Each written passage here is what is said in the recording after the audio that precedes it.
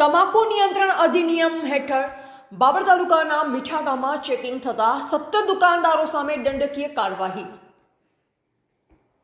શાળાઓ નજીક આવેલા દુકાનોમાં તમાકુ નહીં વેચવા સહિતના નિયમોનો ભંગ।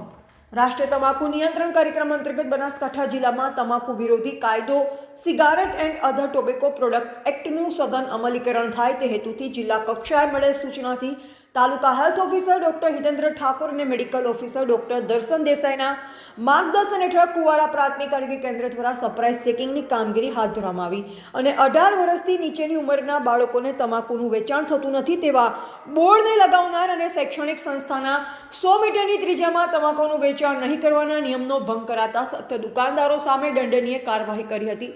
નેશનલ ટોબેકો કંટ્રોલ પ્રોગ્રામ અંતર્ગત તમાકુ નિયંત્રણ અધિનિયમની ગાઈડલાઈન મુજબ મીઠા ગામમાં દરેક વિસ્તારમાં ચેકિંગ કરવામાં આવ્યું, જેમાં 18 વર્ષથી નીચેની ઉંમરની વ્યક્તિને તમાકુ બનાવટનું વેચાણ કરનાર પર પ્રતિબંધ મુજબ 17 કેસ કરી 1700 રૂપિયાનો દંડ વસૂલ કરવામાં આવ્યો।